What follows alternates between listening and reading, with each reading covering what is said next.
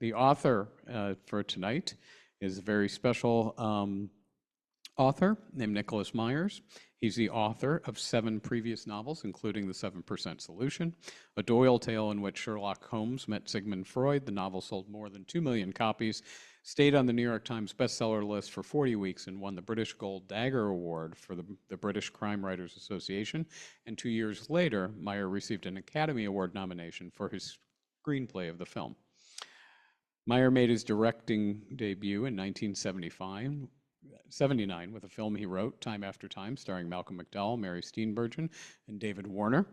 He went on to write and direct Star Trek II, The Wrath of Khan. Other directing and credits include Volunteers, Company Business, Star Trek VI, The Undiscovered Country, and the HBO film Vendetta. His screenplays include Summersby and contributions to Fatal Attraction and DreamWorks' Prince of Egypt. He's with us tonight to talk about his latest Sherlock Holmes novel, Sherlock Holmes and the Real Thing, interviewed by program director Allison Sansoni. So please welcome Nicholas Meyer.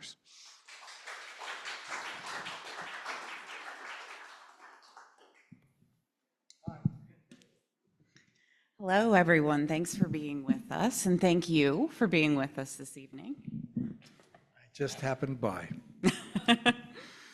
I wanted to get started by asking you a little bit about where this book finds Holmes and Watson, where they are in their lives and their friendship, where they begin when the book begins. Well, all 7 of my novels I've managed to fit into where more or less accepted Holmesian chronology, and there's heated debate about where some of these stories actually belong. There are, in fact, 60 stories in total, 56 short stories and 4 novellas, and they pretty much sort of parallel what Doyle was writing when he was writing, but he moved them around, and he didn't always keep everything straight, hence all the arguments about the chronology and where this story happened and where that. If there are 2 annotated complete Sherlock Holmes, one by William S. Baring Gould and one more recently by Leslie Klinger, and they don't always agree. So you sort of pays your money and takes your choice. I've tried to fit my stories into what I think are the spaces where they might properly be placed. This story, which is in itself one questions, or the editor, which turns out to be me, questions whether this is an authentic story or not. The subject here is forgery, so it's fitting that we're questioning whether it's authentic or not. I think it takes place in the late 1890s. I have a specific year in mind, but I'm not telling. So this book takes place in the high-profile art world that existed in that purposely vague time period. It still exists. Yeah. The art world is very mean and dirty.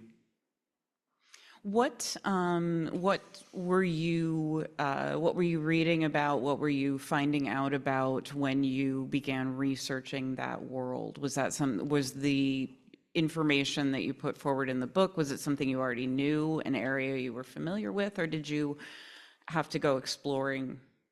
The origin of this book took place in late 1974 or 1975, when my book, The 7% Solution, was a big hit book. It was #1 on the New York Times bestseller list. This is back when everybody read books instead of looking at their phones. And I got sent on a book tour. And back then, if it was a best-selling book, the publisher paid for the tour. This is no longer the case. And I arrived in Pittsburgh through a very bad thunderstorm.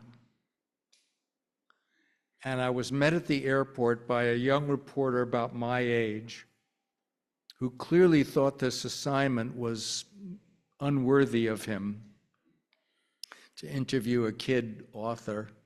And he began by saying, "How does it feel to be a successful forger?"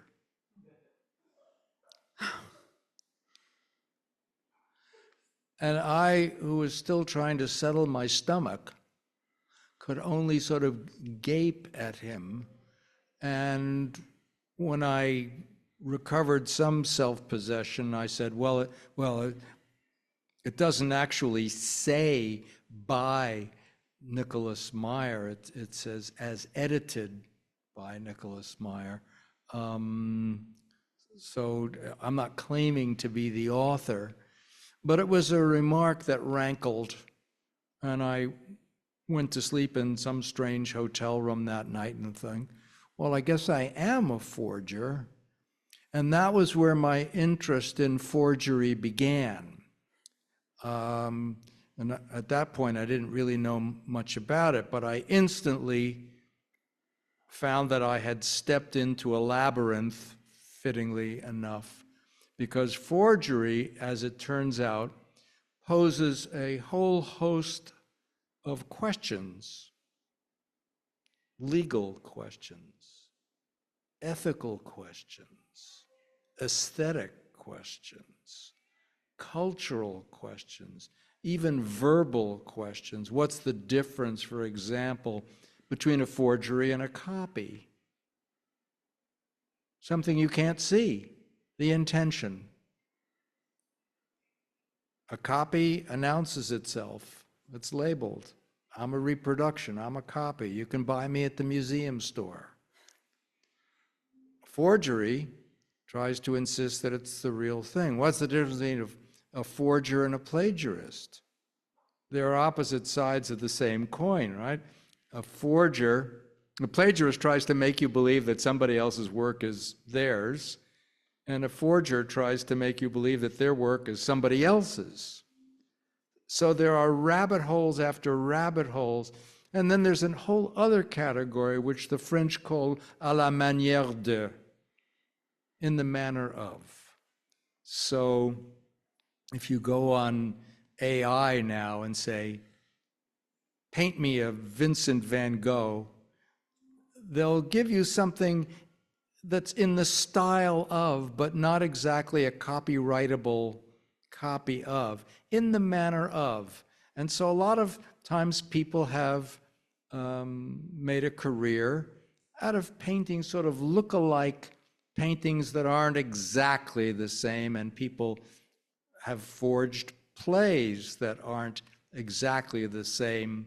There was a man named Ireland, I think, who found missing Shakespeare plays back in the day. I'm trying to remember what his first name was, but they staged one of these plays with great fanfare, and it was so wretched and interminable. Sometimes these things do give themselves away, but oftentimes, by the way, they don't. And how many times have you stood before a painting in a museum or somebody's home and been deeply moved by what you are experiencing, or a piece of music for that matter, or a piece of literature? It's called the Stendhal effect, named for the author who called himself Stendhal, and in which you are so profoundly shaken or deeply moved by a work of art, some kind of art. And when you find out that it is not authentic, does that somehow invalidate your profound emotional response? It's getting very messy, isn't it? It's getting messy, this whole forgery business. Anyway, I started reading about it and collecting and reading about how many people here have ever seen Orson Welles' movie F for Fake? Okay. The rest of you, don't sleep. Go home and find F for Fake. It's not a long movie. It's about an hour and 20 minutes.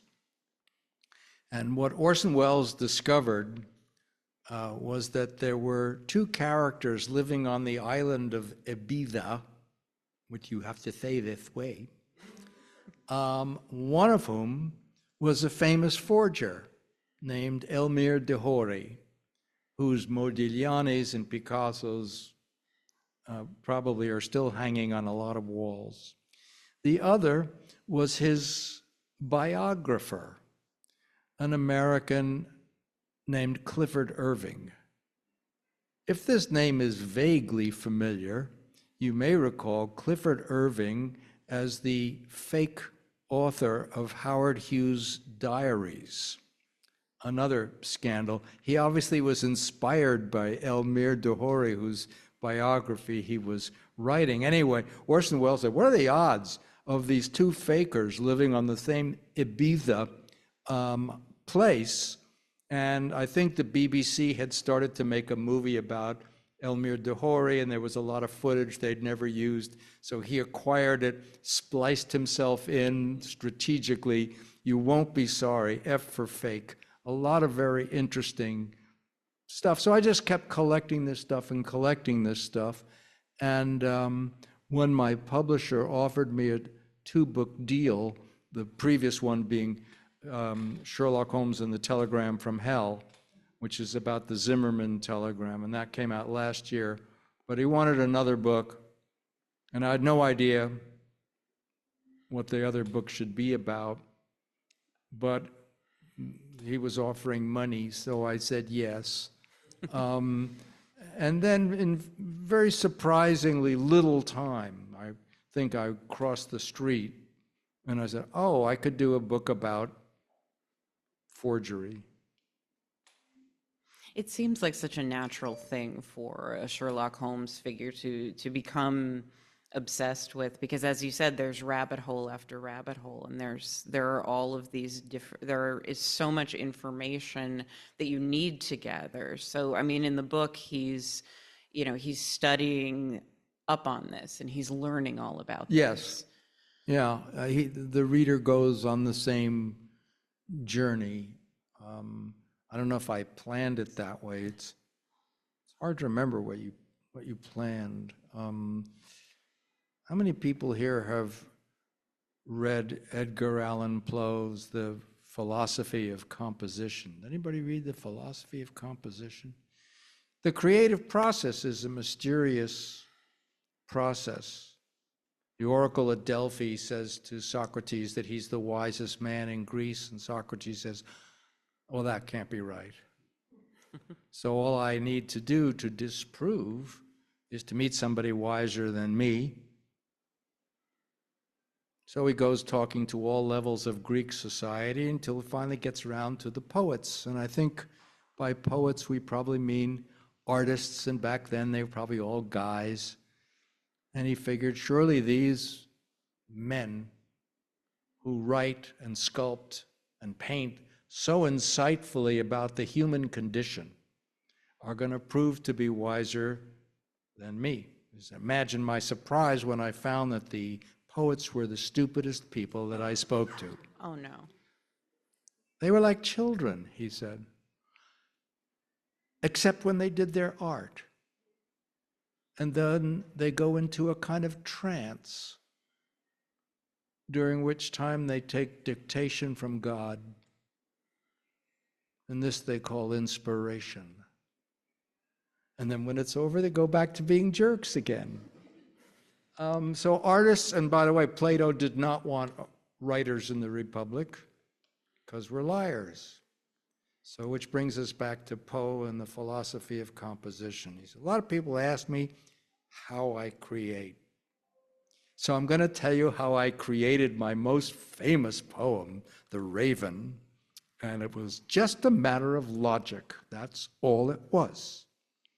First decision, I wanted to write a poem. Second decision, how long should the poem be? He said, I believe that a work of art, to be successful, should be appreciable at one sitting. That's why I never wrote novels, and I never wrote long poems. I just short stories and poems. He faults Milton's Paradise Lost because it's too long. So I wanted to write a poem. I picked 100 lines long. The Raven is 108. Next, what is the subject of the poem? I believe, says Poe, that the proper province of poetry is the contemplation of the beautiful. Everything else is prose. So I now had a 100-line poem about something beautiful. What's the greatest kind of beauty I could think of? Sad beauty. What's the saddest beauty I could think of? Death. Whose death was the saddest I could imagine? The death of a maiden. I now had a 100-line poem about the death of a maiden. Next, I wanted a refrain, a chorus, a sentence, maybe even a word. What was the saddest word I could think of? Nevermore. Okay, I now had a 100-line poem about the death of a maiden, and the refrain is nevermore. Nevermore is an answer. So somebody's asking questions. Who could that be? This is a no-brainer. The lover of the dead maiden. Okay. Who's answering? That gets trickier because it's always coming out the same. Nevermore, nevermore, nevermore. Doesn't sound quite human. So he thought of a parrot. But a parrot is a comical bird. So he rejected the parrot in favor of a raven, which can mimic apparently human speech. I now had a 100-line poem about the death of a maiden with a raven answering the lover of the dead girl, never, this remorseless nevermore. And now we also begin to understand something of the psychology of the lover who perversely frames his questions to elicit the only answer of which the raven is capable. Next, where do you put the lover and the raven together? First, I wanted to put it, he said, in the woods, in the raven's milieu. But this seemed to lack some of the voluptuous, claustrophobic intensity that I was after. So I stuck the lover in his study, and the raven is tapping at my chamber door. "'Tis some visitor," I muttered. "Only this and nothing more," quoth the raven. And so he says, this is how I wrote the Raven. Now, folks, there's 4 possibilities here. 1, this is how Poe thinks he wrote the Raven. 2, this is how he, no, number 1 is this is how he wrote the Raven. 2 is this is how he thinks he wrote the Raven. 3, this is how he wishes he had written the Raven. And 4, this is how he would like you to think he wrote the Raven. The answer is very possibly an amalgam of all these. I don't know. But it goes back to Plato not wanting us in the Republic because we're going to make up shit in order to explain. Gilbert said that he wrote the Mikado because there was a Japanese sword hanging over his desk and it fell down and almost decapitated him. It's a good story. Maybe it's even true. It simply doesn't explain how he wrote the Mikado. And so when you ask, when anybody asks, I kind of go, I don't know. I started with an idea. I wanted it to be full circle, bring it back to London, because previously Holmes had been to Vienna to see Freud, or he'd been to Russia, or he'd been to Paris, and in the previous one he went to America and Mexico City. So I thought, bring it back to sort of basics. And I think plotting for me is a little bit like headlights on a car. You can see enough ahead to where the next bit is going to go, and then you hope the headlights will illumine the next bit. The nice thing about computers is if you understand that the business of writing is rewriting, computers make that much easier than when you had to get out the scissors and the Scotch tape and the liquerase and all for 1 comma. And if you are not by nature a perfectionist, and I'm not, the computer enables you to indulge perfectionist tendencies because you don't have to do all the mechanical stuff with the Scotch tape. I've forgotten your question, but I think this is my answer. Well, I'm honestly afraid to ask the next one after the Raven story, but it's, what is it that about Sherlock Holmes that draws you back to this character over and over? What is it about this character, the setting, the world, that allows you to continue to find new stories there? Well, what's interesting is that I'm not the only person who's obviously fixated by Sherlock Holmes. Doyle wrote a lot of other stuff. He placed great store by his historical novels, and they're not bad. The White Company and Rodney Stone. Also his science fiction, The Lost World, Dinosaurs on a Plateau in South America. And he worked really hard. It's a little bit interesting about artists who feel they are appreciated for the wrong thing, and they're disappointed or embittered or pissed off. Arthur Sullivan, who was the shining white hope of English music, the English Mendelssohn. He wrote this grand opera, Ivanhoe. We all know how often that's revived. But what is he remembered for? He's remembered for Gilbert and Sullivan, those, or maybe Onward Christian Soldiers, a hit tune. But he was always annoyed, and Doyle was annoyed that people preferred these Sherlock Holmes stories that he tossed off, he claimed, in about a week. It's interesting to look at the manuscripts. There are two basic kinds of creativity. We'll call them the Mozart method and the Beethoven method. Mozart liked to write music in his head while he was shooting pool. He was apparently a good pool player, and he would be shooting pool, and at the end out would come one of 27 piano concertos. And if you look at the Mozart manuscripts, there are very few corrections. If you look at Doyle manuscripts, very few corrections. It was all going on in here. All you have to do is look at Beethoven's sketchbooks, and there are sketchbooks, to see the whole process hideously externalized. It looks like a demented chicken crossing the staff paper, and you go, my God, this guy went through the tortures of the damned to figure out ba-ba-ba-bam. You know, can you imagine all the different variations before he found it? So, what were we talking about? We were talking about what particularly about Sherlock Holmes and his world speaks to you.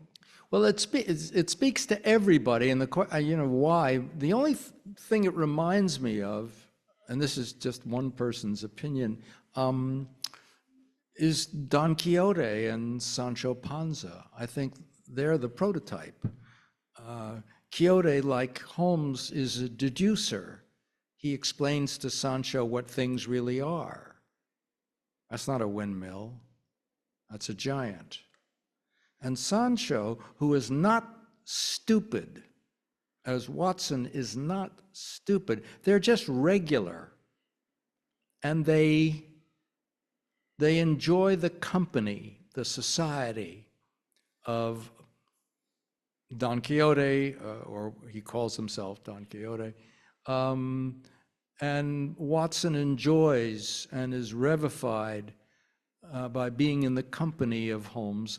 And I think we enjoy being in their company. There's something reassuring about them. They are civilized. There are aspects of Holmes that we don't like. He's a racist, and he is something of an anti-Semite. These are not things that I choose to replicate in my forgeries. But I'm wandering far afield, but I do remember the question this time. That's something. I trust you. You shouldn't.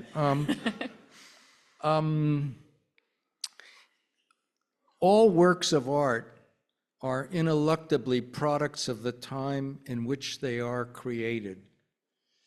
Mozart doesn't just sound like Mozart, he sounds like mid-18th century Middle European music.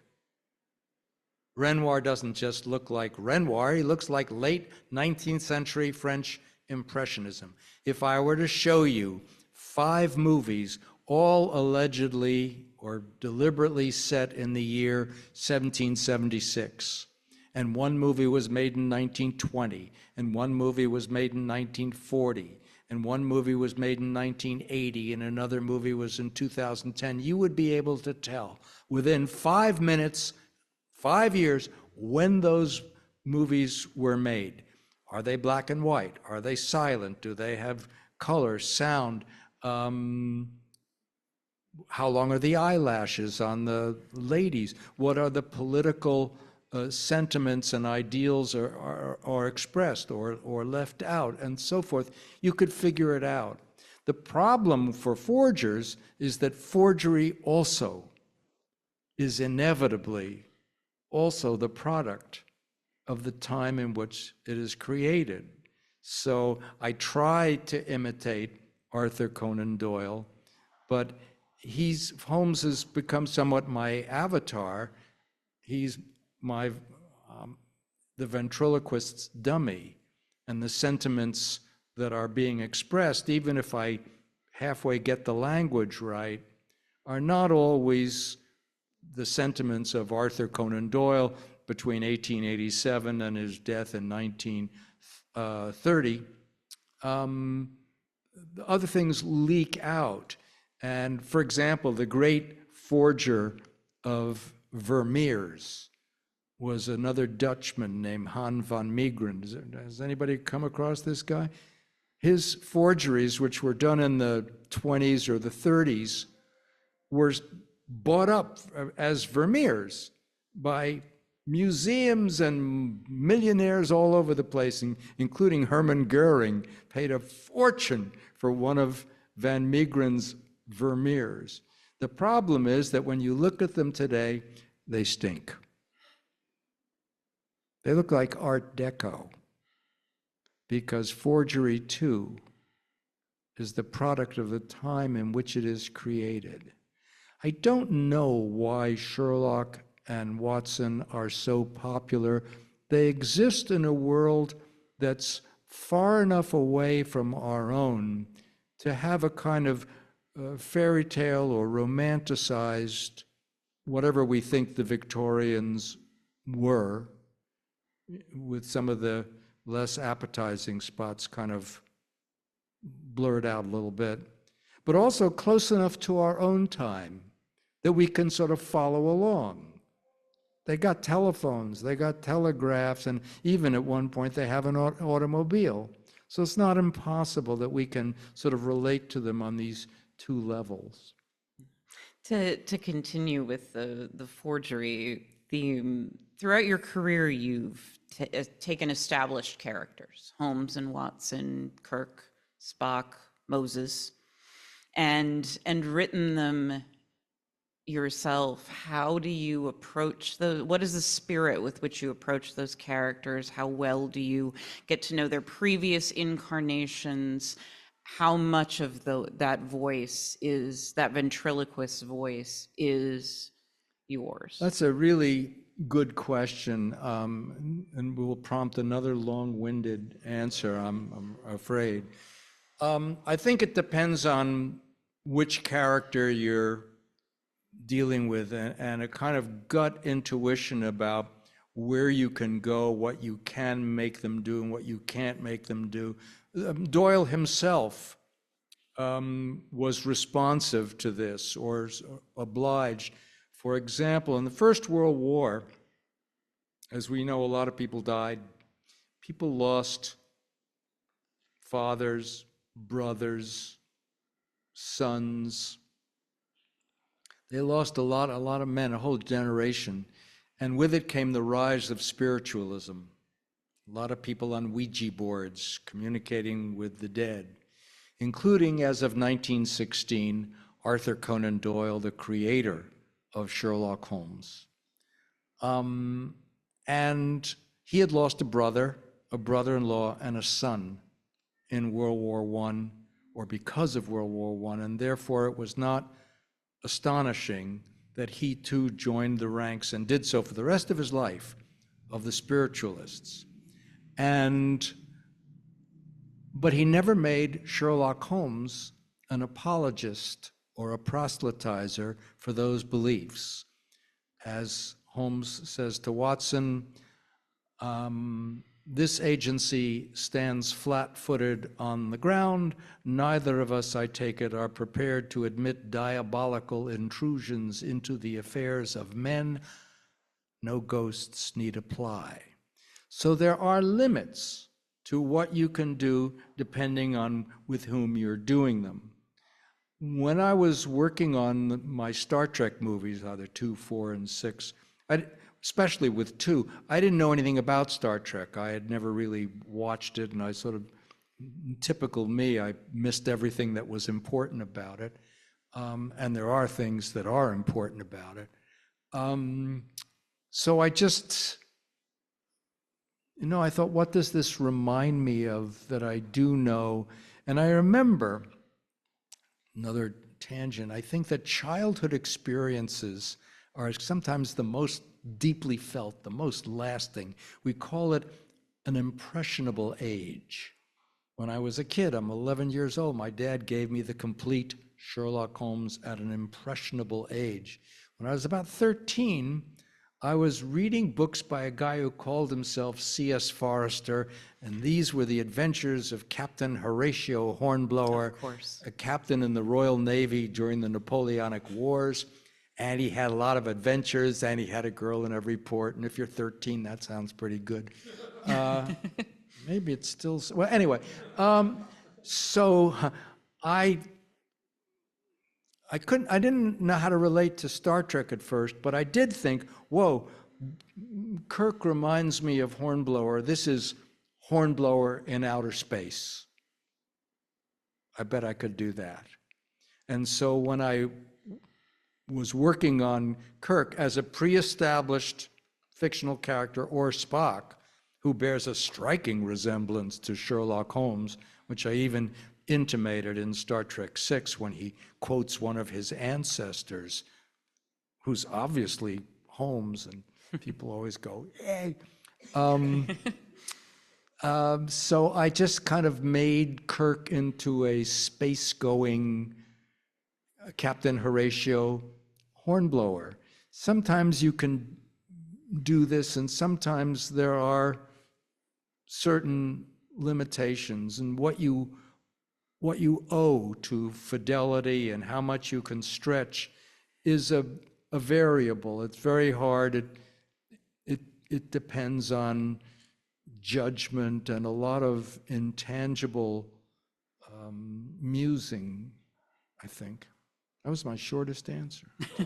I imagine it also depends on whether the progenitor is still alive and whether the work is under copyright. Ah, copyright. When I wrote the 7% solution, somebody said, where ignorance is bliss, 'tis folly to be wise. I thought they were out of copyright. I'm not good with numbers. And so I wrote it, and then I found out, well, he is in copyright, and the Conan Doyle estate was the meanest, most avaricious, greedy bunch of people, and they didn't care anything about Sherlock Holmes. They loved money. And so the solution was not a 7% one, I can tell you. Just to give you an example of their method of operation, they don't exist for practical purposes. Sherlock is in the public domain. Everybody can write their own Sherlock Holmes story. But what they do is they wait until someone's movie is about to come out, and then they hit them with some threat of copyright bullshit. And you could take them to court, and you'd win.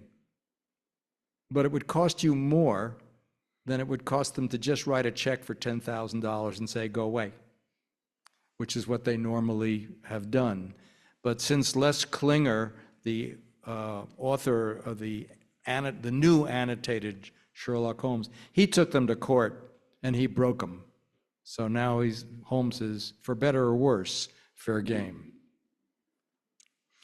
Who are some of the writers, either in the Sherlock Holmes space or elsewhere, who are some of the writers whose work you find compelling or interesting who are working today? Well, I have to preface my answer, my God, there's a preface, that I'm a real purist. I only like Holmes the way he is, where Arthur Conan Doyle wrote him and where I read him when I was 11. I hate most Sherlock Holmes movies. I particularly hate Basil Rathbone and Nigel Bruce because I never could understand why a genius hangs out with a jerk. It just didn't make any sense. And I could not believe that the character as depicted by Nigel Bruce actually wrote down the cases. It didn't track in some way. When I wrote the 7% solution, as much as anything else, I was attempting a kind of corrective to a lot of things that I didn't like in various movies. There are some movies that are fun. I don't know if you've seen Without a Clue, where Watson is the smart one and Holmes is the dummy. That's really good. I like The Private Life of Sherlock Holmes. There are some that I like. And everybody has their own favorite image of who Sherlock Holmes is, the same way we have our own image of who Hamlet is. Years ago, the Lone Ranger went on tour, and they did Wild West show things for kids and rope tricks, and at the end, he unmasked. And it was always a disaster. Kids yelling down, "That ain't him!" Because we all know who's behind the mask. We all know who Holmes really is, who Hamlet really is. So when you get into who's your favorite Holmes, tricky, you know. I wonder what Peter O'Toole would have been like. I wonder what Daniel Day-Lewis would be like. I did like Benedict Cumberbatch in the first 2 seasons, which I thought were very imaginative. And they weren't replicas of Doyle. They were inspired riffs on it, I guess. But to give you an idea of just what a purist I am, I went into a meeting with a producer to write a screenplay about a Sherlock Holmes movie that they were going to make. And this was at Paramount. And I said, what's the idea? And he said, well, it's about how Sherlock and Watson meet in high school. And I said, no, they didn't. Oh. So that was the end of my experience. I don't know if you missed out on too much with that one. I know, and I don't watch a lot of them. I really don't. And by the way, there are people who do very good Sherlock Holmes novels. I seldom read them because I'm so insecure. I think they're probably better, and then I'll just feel bad. Lindsay Fay does very good Sherlock Holmes. That scared me off. But not so much otherwise. Yeah. Well, I want to make sure we have time to take a couple of questions. If somebody'd like to, if you're watching along online, if you'd like to type your question into the Q&A box. Or I could read a passage Oh, would too. you? Yeah, while we're getting all of that set up, if there's a part you'd like to share with us, please. Is that okay if I read a little snippet, just kind of to whet everybody's appetite? And you'll have to forgive the fact that I don't have a British accent that would pass muster, or pass mustard, as the case may be. In this novel, Holmes sends Watson to an art gallery. This is about the mysterious disappearance of an artist, not even a great artist, but he hasn't paid his rent. That's where this all starts. And in the course of investigating, Watson meets the niece of the gallery owner who works in the gallery, and he falls in love. and he feels bad because he hasn't been quite upfront as to what he was doing in the gallery in the first place, if you get my meaning. And there, Holmes and Watson are at their lodgings at Baker Street. We were interrupted by a knock on the door. "What is it, Mrs. Hudson?" Our landlady was holding a telegram. The detective held out his hand. "The telegram is addressed to Dr. Watson," she explained, giving it to me. Was it my imagination, or did I detect a certain smugness in her reply? Trying to conceal my excitement, I tore open the envelope, then reached for my hat and coat. "Holmes, I must ask you to accompany me." "I am presently engaged, as you see, my dear fellow." "Holmes," I said sternly, causing him to look up. "In our years together, I have seldom asked you for anything, and it may be fairly said that I have toiled mightily on your behalf. Now I am asking for this." I handed him the telegram, which he read aloud. Quote, "Meet me at the National Gallery at 4. Stop. Bring your friend if he exists. Stop. J.P." That's Juliet Packwood, the name of the lady in question. He looked up from the telegram to the canvas and finally to me. "I am asking you, Holmes." There was a fractional pause. "Of course, my dear man." We arrived as Big Ben was tolling the hour. Juliet Packwood was waiting for us on the steps of the National Gallery, her tall, slender figure silhouetted before the imposing building. "Come, we have not much time before closing. Let us look at some pictures, and I will explain more, though I'm not sure either of you deserve it." Without waiting to see if we followed, she marched smartly up the steps and into the museum. Pausing only to exchange looks, the detective and I traipsed behind through a labyrinth of more art than I ever beheld in my life. The place seemed to go on for miles, conveying the curious impression that the building was larger inside than out. When Henry VIII began the Protestant faith, in order to obtain his divorce, Juliet Packwood began in the manner of a tour guide, speaking quietly over her shoulder. He succeeded in cutting England off from Catholic Europe for nearly 100 years. The unforeseen result was that England almost entirely missed the Renaissance. As she spoke, we passed pictures from various epochs and a bewildering array of styles. For better part of a century, therefore, England knew nothing of Da Vinci, remained in ignorance of Raphael, Caravaggio, Titian, Rubens, Botticelli, or Michelangelo. All we had was Holbein the Younger, she concluded with a rueful expression, gesturing as if on cue to the German painter's portrait of stout King Henry.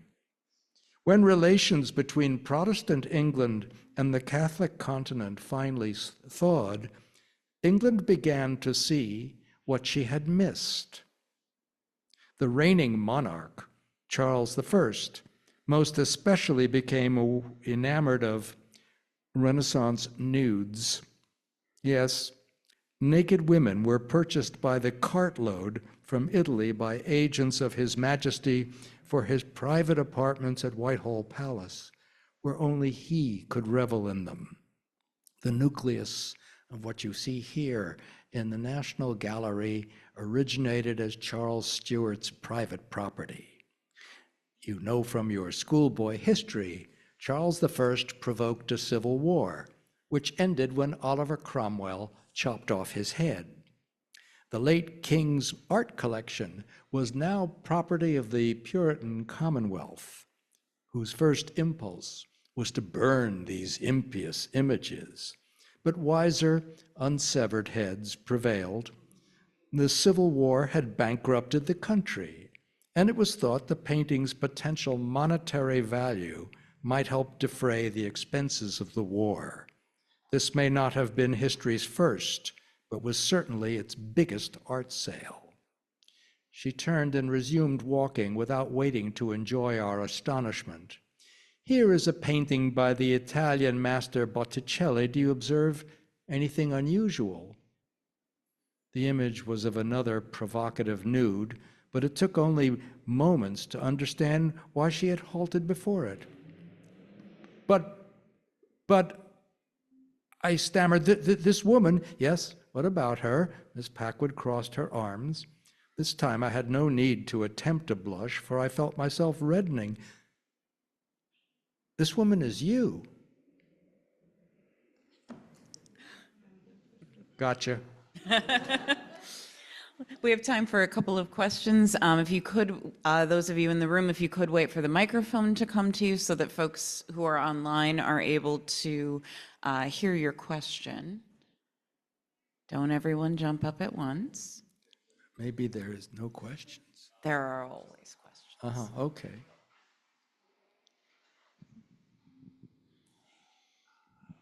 Hello. Hi. Hi. This is a catty-wumpus one, since you said you didn't read other, I guess, Sherlock Holmes stuff, but I remember I have two. Mark Frost wrote The List of Seven and The Six Messiahs, which... Say that again slowly. Oh, sorry about that. The author Mark Frost wrote The List of Seven and The Six Messiahs, which dealt with Arthur Conan Doyle, using his life and these weird adventures to supply those stories.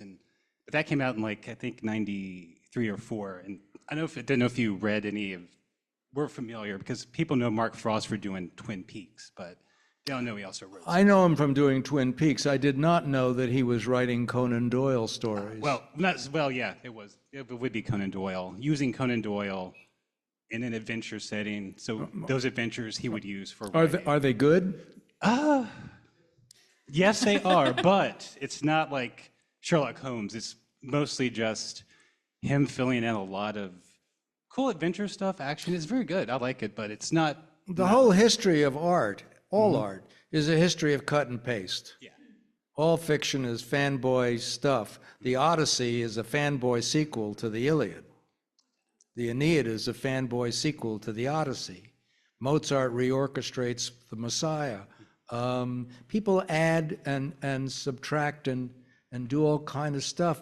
Sometimes when I'm reading a book or watching a movie, I think, oh, this is what you call a "this better be good" movie. You know, where you're waiting for the payoff and hoping that it's worthy of the incredible setup. You know, it's, somebody said, well, who's your favorite fictional detective? And I said, I think Oedipus.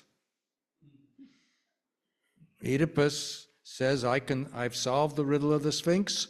I can figure out who murdered King Laius at the crossroads, and everybody tells him in the best Agatha Christie tradition, if you know what's good for you, don't poke your nose in this. And Oedipus insists. And then he finds out in an Agatha Christie twist that the murderer he's been looking for is himself. That's a "this better be good" story if I ever heard one.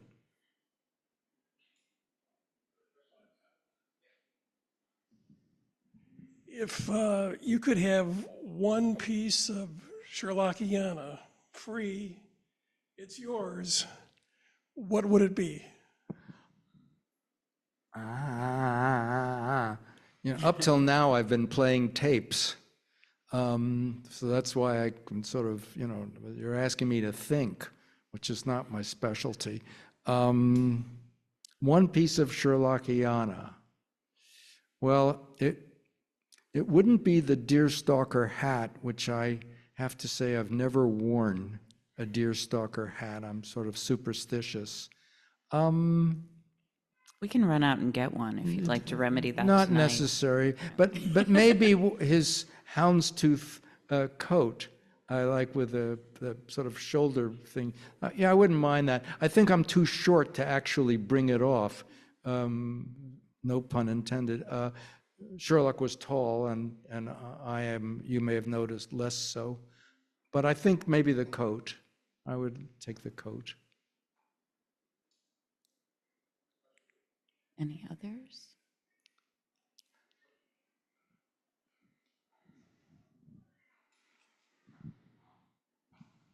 So you talked about the cinematic renditions over the years. I don't think you mentioned Robert Downey Jr. as Sherlock Holmes, did you? I don't think I did. And what is your, okay, I'm just making sure that I didn't miss that. If you wouldn't mind sharing your, I assume you saw those films. I've seen some of them. I don't know if I've seen all of them. And what did you think? Well, I admired them up to a point, which is to say, I found the cinematic energy in the translation to be original and compelling. The idea that he could be kickboxing, we all know he was a champion kickboxer, that he could sort of, you saw these diagrams of where he was anticipating. I thought, well, that was really cool. And in some broad sense, and I also like the depiction of Watson as not just, you know, a jerk again, going for the easy laugh. But the stories I didn't think were, they weren't up to snuff. I don't think they knew how to do stories. What was good about, I thought, the Benedict Cumberbatch stuff in the first 2 seasons, where they took Doyle's, the Holmes original stories, and sort of reworked them in a contemporary setting, but they were still telling. I love that when you meet Irene Adler in that story, A Scandal in Bohemia, she's stark naked through the whole thing. I thought, yeah, you've got my full attention. Anyway, yeah, so you could say, and this goes back to all art being products of the time in which it is created, that every age is going to get some version of the Sherlock that it sort of deserves. And if we're all on our cell phones and our attention spans are short, then every movies, the splices have to get shorter and shorter. You find me a shot in a what's his Guy Ritchie movie that lasts longer than 4 seconds, and I'll be impressed. It's bam, bam, bam, which isn't quite sort of the world in which I see Holmes. But I says up to a point, it's an imaginative reimagining, if you like. It's probably just not my thing. And again, it's a this better be good movie. And I never thought that the stories that they've come up with so far for Holmes to be involved with, I'm sure they've plenty of actions and they're scenically impressive because you can do anything now. But they don't necessarily have the satisfaction of the mystery, or in some senses, the charm, the warmth of these characters and their relationship. Well, I think we're out of time, so thank you thank you all very much for being here, and thank you very much, Nicholas Meyer, for sharing all of that with us.